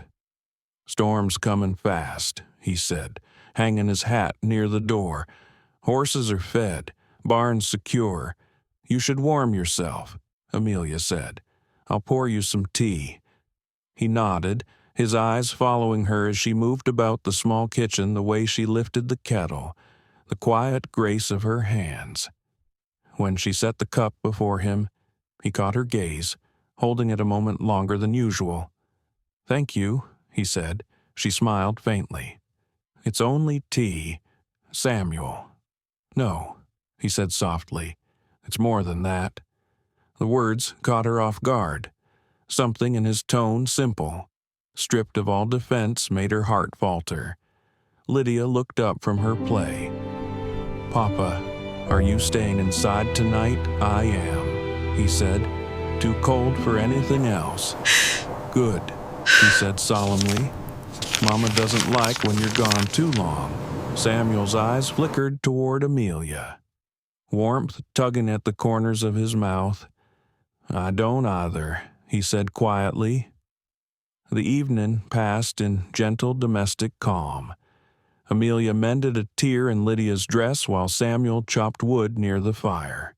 When the child grew drowsy, Amelia tucked her into bed, brushing a kiss across her forehead.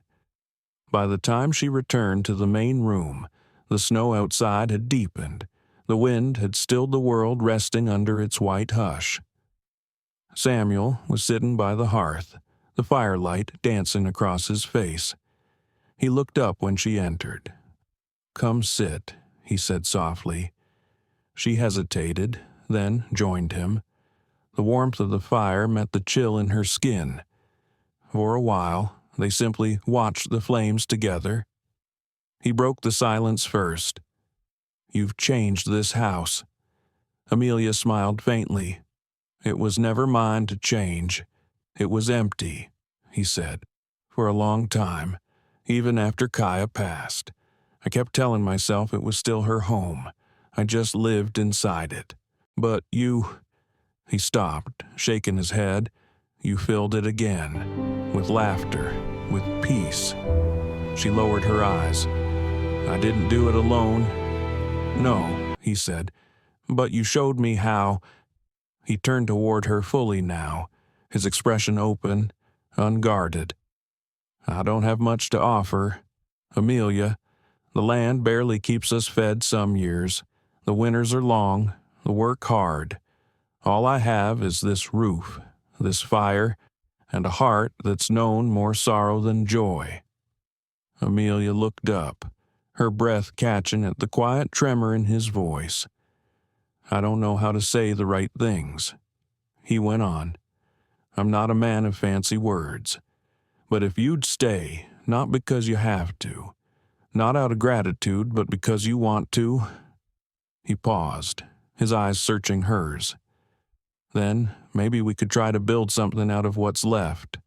A life, a family, whatever we can manage between us." For a moment, neither moved. The fire crackled softly, casting its warm glow across the room. Snow whispered against the window. Amelia's eyes glistened. She reached out slowly, taking his rough, work-worn hand in both of hers. "Samuel," she said gently, "you say you have little to offer, but what you've given already, it's more than I've ever known." He looked down at their joined hands. "You deserve more than a half-empty man." "I don't need more," she said. "I don't need comfort or shelter. I just need a place and people to belong to." Samuel swallowed hard, his voice barely above a whisper. "Then you already do." At that, Lydia stirred in her bed and sat up, rubbing her eyes. "Papa." He turned. "Yes. Little one, are you and Mama going to stay forever?" Samuel froze, the question soft but sure, the same one Amelia had answered days before. Amelia rose, crossing to the child's side. She sat on the edge of the bed, smoothing Lydia's hair. "Yes, darling," she said, "forever." The girl smiled sleepily. "Then we're a family now."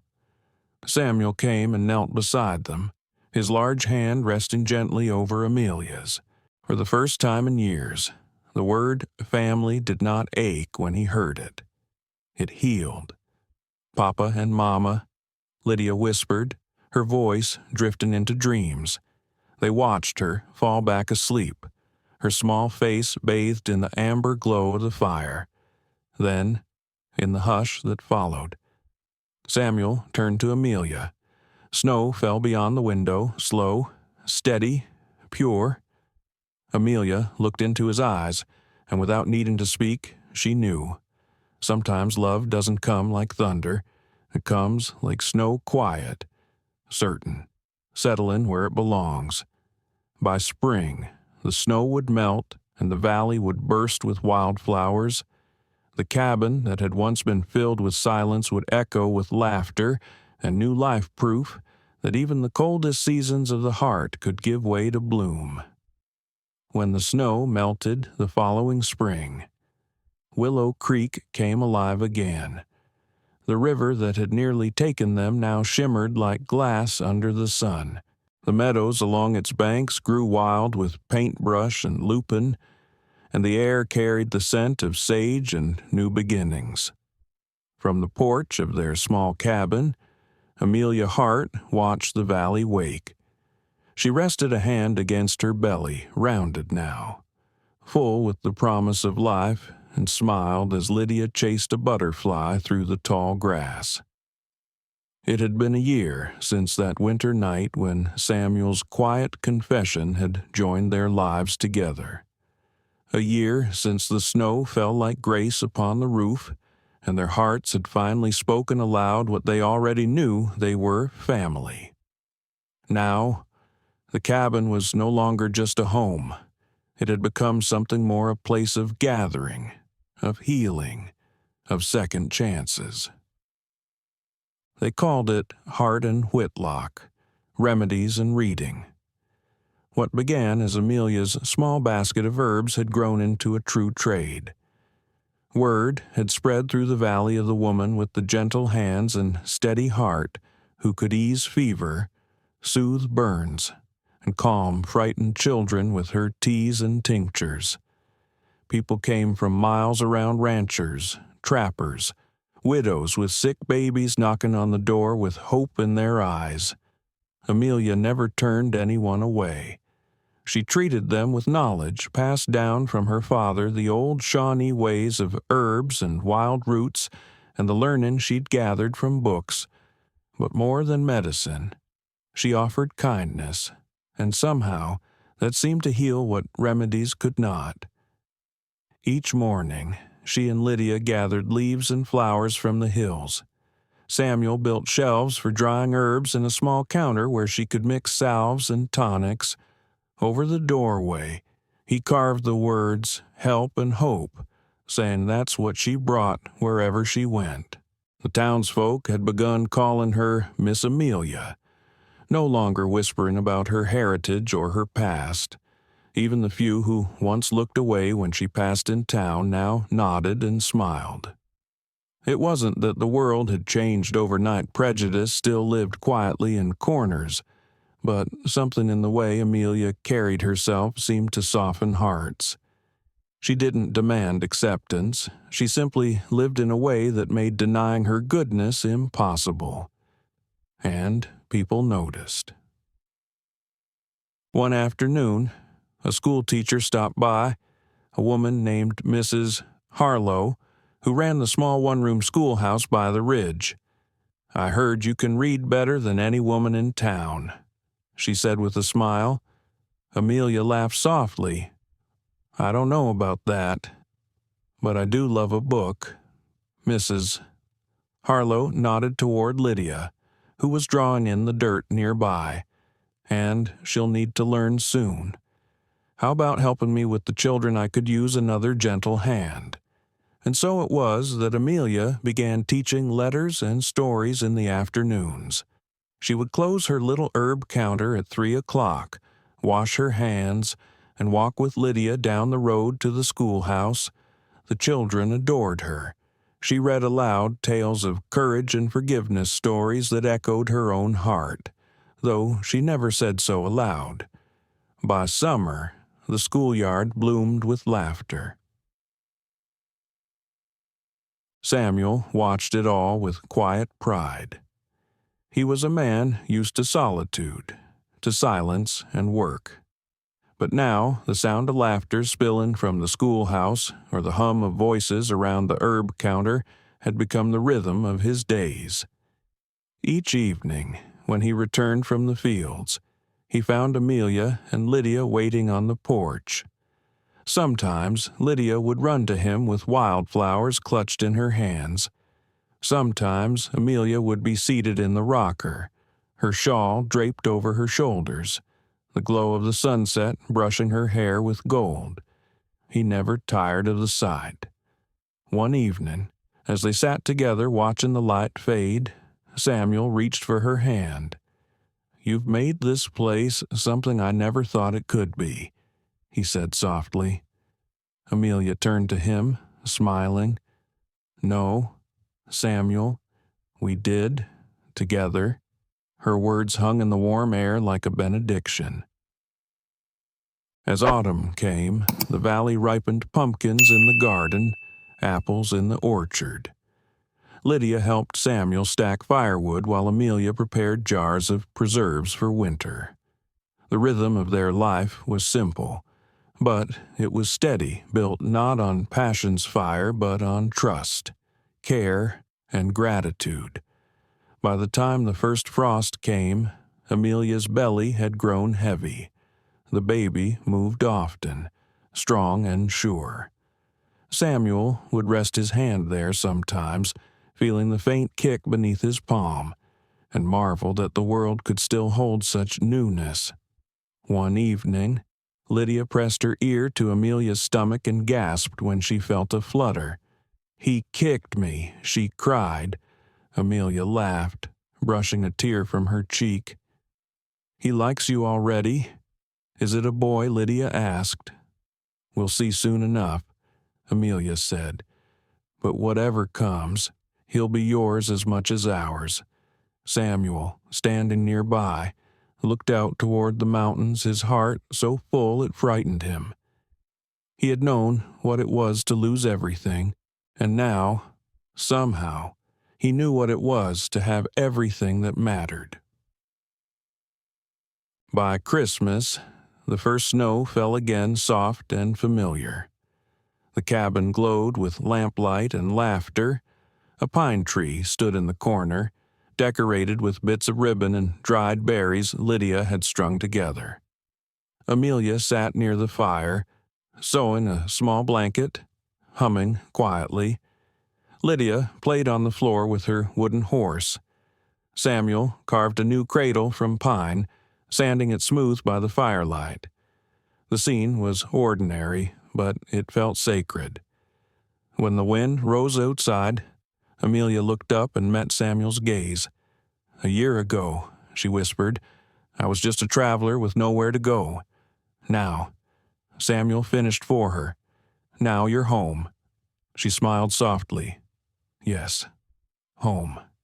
He leaned forward, pressing a kiss to her forehead, gentle, reverent. Outside, the snow continued to fall, covering the land once more. But this year, it no longer meant loneliness or cold. It meant peace. It meant the promise of new life waiting just beyond the winter. When spring returned again, it would bring more than blossoms. It would bring vows not in a church or beneath a preacher's words, but under the open sky where all their trials had begun. And when Amelia spoke her promise, it would not be the vow of a bride waiting to be chosen, but of a woman who had finally chosen herself, her family, and her place in the world. By the time spring settled over Willow Creek, the world had turned soft again. The river shimmered under the afternoon sun, and the wind carried the scent of wild sage and apple blossoms from the hills. It was a quiet morning, the kind that made a person stop and listen, as though even the earth were taking a breath. From the porch, Amelia Hart watched Samuel hitch the wagon. Beside him, Lydia skipped in her blue Sunday dress, clutching a handful of daisies. The child's laughter drifted on the breeze light, certain, as if she already knew what this day meant. Amelia rested her hand on her belly, now round, full of new life, and smiled. "She's been humming since dawn," she said softly. Samuel turned, the faintest grin touching his face. "She said she's practicing for something important." Amelia raised an eyebrow. "Oh," he shrugged, feigning innocence. Didn't ask what, but the twinkle in his eyes betrayed him. Amelia shook her head, smiling. "You're both terrible at keeping secrets." He stepped closer, brushing his fingers over hers. Maybe some secrets are meant to be found. The touch lingered a promise without words. They rode out just past midday, following the trail that wound through the golden fields to the old cottonwood tree that stood near the bend of the river. It was the tallest in the valley, its branches spread wide, its bark carved with the initials of travelers long gone. The sound of the river nearby, the whisper of the wind through the leaves, it felt less like a place on earth and more like something eternal. When they reached it, Samuel helped Amelia down from the wagon, steadying her as her feet met the grass. The sunlight filtered through the branches, dappling her shawl with light. Lydia ran ahead, scattering daisies along the roots. "Here," she said proudly. "Now it looks like a wedding." Amelia laughed softly. "A wedding?" Samuel looked down at his daughter. "Did you plan this?" Little one, Lydia nodded. "Serious as only a child can be?" "Papa said we didn't need a preacher or rings. He said all we needed was love and the sky." Samuel's gaze met Amelia's. That's about the truth of it. They stood there for a moment, the three of them with the wind moving gently through the grass, carrying the scent of spring. Amelia took a slow breath. "You know," she said softly, "a year ago, I was a stranger on a train, a woman no one wanted, and now Her voice trembled. She pressed her hand to her heart. Now I belong somewhere. Samuel stepped closer. You've belonged here from the moment you set foot in this valley. His voice was steady, but his eyes, those quiet, storm-weathered eyes, were wet with unspoken things. Amelia smiled. Then, let's make it true. They stood beneath the cottonwood, the river singing quietly beside them. Lydia perched on a fallen log, swinging her legs, her face glowing with excitement. There were no vows written on paper, no witnesses but the land that had shaped them. Samuel reached for Amelia's hands. "Amelia Hart," he said, his voice roughened by emotion. "I can't give you wealth or comfort, only the life we've already built the land, the fire, the laughter of that little girl." He paused, his thumb brushing her knuckles. "And this heart of mine. It's been cold a long time, but if you'll have it, it's yours, for as long as breath stays in me." Amelia's eyes glistened. She took his hand more firmly. "Samuel Whitlock," she said, "I've known loneliness, I've known hunger and fear, but what I found here with you, with her, it's more than home. It's peace." She smiled through her tears. "I don't need a ring or a preacher. I just need you and the life we choose, day by day." For a long, quiet moment, neither spoke. The wind rustled the branches above, scattering cotton-white petals that fell like blessings. Lydia clapped her hands suddenly. "Now you're married?" she declared. Samuel laughed, a sound rare and warm. "That easy?" "Huh. Of course," Lydia said. "The tree saw it, and the river did too." Amelia knelt, pulling Lydia close. "Then it's settled," she whispered. "We're a family, and the whole world knows it."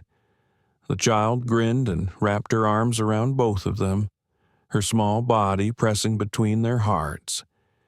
And in that moment, the three of them standing there beneath the old cottonwood, it felt as if the land itself exhaled. Content at last. As the sun began to dip behind the hills, the light turned golden, painting everything in quiet splendor. They stayed there long after the words were spoken, talking softly, laughing gently, letting the silence say what words never could. When they finally turned home, Samuel hitched the wagon again, helping Amelia up with care. Halfway down the trail, Amelia looked back in the tree, its branches shimmering in the last light. "We should come back every spring," she said. Samuel nodded. "We will. To remember." "To remember," she echoed, her hand resting on her belly, "and to give thanks." The road ahead stretched golden under the fading sun, and Lydia hummed softly from the back of the wagon, a tune half remembered, half made up, carried by the wind. For the first time, Amelia felt not just alive, but complete. Weeks later, the valley would awaken again, not with vows or celebration, but with the cry of new life. And when Amelia placed her newborn son in Samuel's arms, she would remember that day under the cottonwood, the vows spoken without rings, the love that asked for nothing but endurance, and she would know that belonging, once found, was the truest kind of forever. By midsummer, the valley had turned to gold. The cottonwood leaves shimmered like coins in the breeze, and the river, gentle now, slow and sure, carried the sound of life through every hollow of Willow Creek. In the small cabin on the rise, Amelia Hart stirred from sleep to the soft cry of her newborn son. The morning light poured through the window, warm and golden, painting everything it touched: the cradle, the quilts, the worn floorboards in quiet grace. Beside her, Samuel Whitlock rose slowly, careful not to wake Lydia, who was curled up near the hearth, her small hand still clutching the wooden horse he'd carved her years before. Amelia reached for the baby, gathering him close, his tiny fingers wrapped instinctively around hers, and something deep within her stilled that fragile, wordless knowing that she was no longer waiting for life to begin. It had already begun. Samuel turned, his gaze soft as the morning. "How's he doing?" "He's hungry," Amelia said with a tired laugh, "and stubborn like his father." Samuel smiled faintly. "Then he'll do all right in this world." He crossed to the bed and sat beside her, the boards creaking softly beneath his weight. For a moment, they said nothing, just watched the small, blinking life between them, the rise and fall of his tiny chest. The fire crackled, the smell of bread lingered from the night before, and outside, a meadowlark began to sing.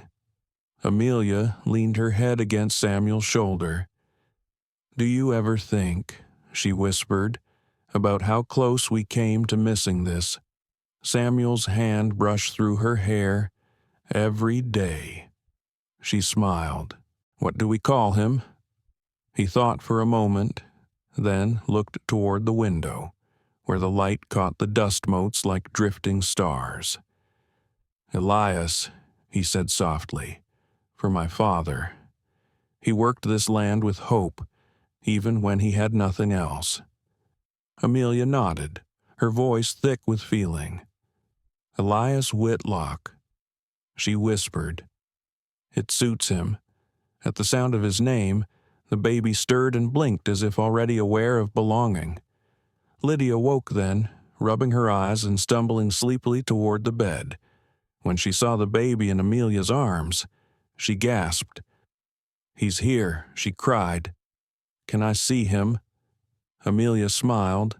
"Of course, sweetheart." Lydia climbed onto the bed, pressing close, her face glowing with awe. She studied the baby's tiny features, his soft, dark hair, his wrinkled little hands. "He's so small," she whispered. Samuel chuckled. "You were that small once." She wrinkled her nose.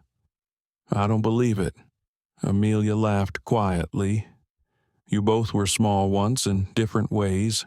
Lydia reached out gently, brushing her fingertip against the baby's hand. When he grasped it, she looked up, eyes wide. "He likes me." Amelia's eyes filled. "Of course he does. You're his sister." Lydia tilted her head. "Forever, forever," Amelia said. "We choose each other. Remember?" The child grinned, leaning in to kiss the baby's forehead. "Then we're all chosen now." Samuel's throat tightened. He looked at Amelia, at the woman who had crossed half a country with nothing but hope and a broken promise, who had brought light back into this house and felt something he hadn't known he still had in him, gratitude so deep it hurt. He reached for Amelia's hand and held it there, his calloused fingers rough against her soft ones. "Thank you," he said quietly. "For what? For staying? For believing? For giving me back more than I ever thought I'd have." Amelia turned her hand to lace her fingers through his. "You didn't ask for it," she said. "You earned it, every piece." They sat in silence for a while. The three of them gathered around the new life that had drawn them even closer together.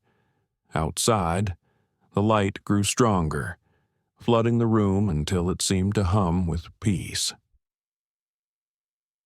Later that afternoon, when the sun began to sink, Amelia walked slowly outside, wrapped in her shawl, the baby cradled against her chest.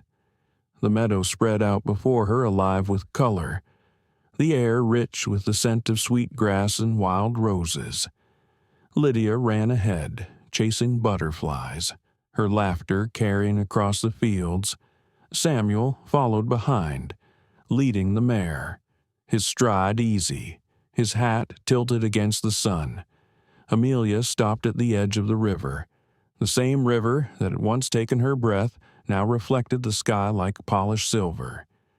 She knelt carefully, holding the baby close as Lydia came to stand beside her.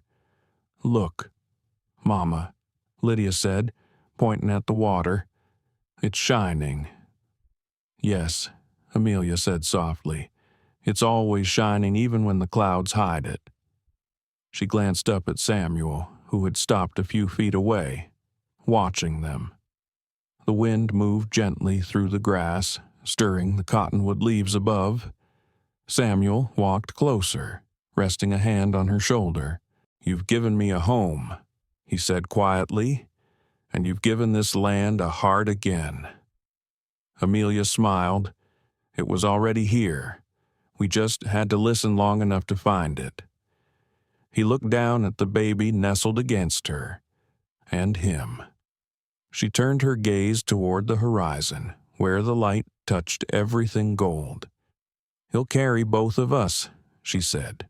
"Our names, our stories, all of it. He'll know that love isn't something you stumble into.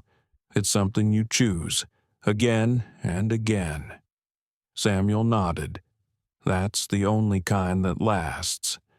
They stood together then, the three of them framed against the endless Montana sky, the air sweet with wildflowers, the land humming with life. Lydia ran back to them and slipped her small hand into Samuel's, her other into Amelia's. Amelia looked down, her voice barely above a whisper. "You see, my loves," she said, "we're not bound by luck or pity. We chose each other, and that's the truest kind of family." The child squeezed their hands. "Then we'll never be alone." "No," Samuel said softly. "Never again." The wind rose around them, carrying the scent of sage and rain, and somewhere far off, the church bell in town began to ring, not for ceremony, but for the hour, as if the whole valley was keeping time with them. Above, the cottonwood leaves turned silver in the dying light, and for a moment it seemed that the world itself bowed its head in quiet blessing. Years later, folks in Willow Creek would still speak of the Whitlocks, the family by the river, who lived with gentleness and courage, of the woman who healed with her hands and her heart, of the man who found faith again in the sound of laughter, and of the little girl who taught them both that love, when chosen, is what makes a home. Because in the end, the frontier was never just land waiting to be tamed. It was the people who dared to love in it and the families they built with open hearts. Sometimes, love doesn't arrive with grand gestures or perfect timing. It comes softly through small hands reaching out, through kindness shared around a quiet fire, through the courage to open one's heart again after years of silence. Amelia Hart's story reminds us that belonging isn't something you're given, it's something you create. In the vast loneliness of the Montana frontier, she found not just a home, but a family built on choice, trust, and grace. It teaches us that healing rarely happens in a single moment. It's found in everyday acts of gentleness and listening, forgiving, and believing that we are worthy of being loved, even after we've been broken. Maybe that's what all of us long for, a place where we are seen, accepted, and chosen, not out of duty, but out of love. And perhaps that place isn't far away at all. Maybe it begins right where we are, with the people we choose to stand beside, and the kindness we choose to give. If Amelia's journey touched your heart tonight, we invite you to take a quiet moment to reflect on your own story, the people who stood by you, the second chances that changed your life. Thank you, dear friends, for spending time with us on this frontier of love and hope. If this story warmed your heart, please like, share, and subscribe to our channel so you'll never miss another tale from Frontier Hearts. Because here, every story reminds us of one simple truth, that no matter how lost we feel, love will always find its way home.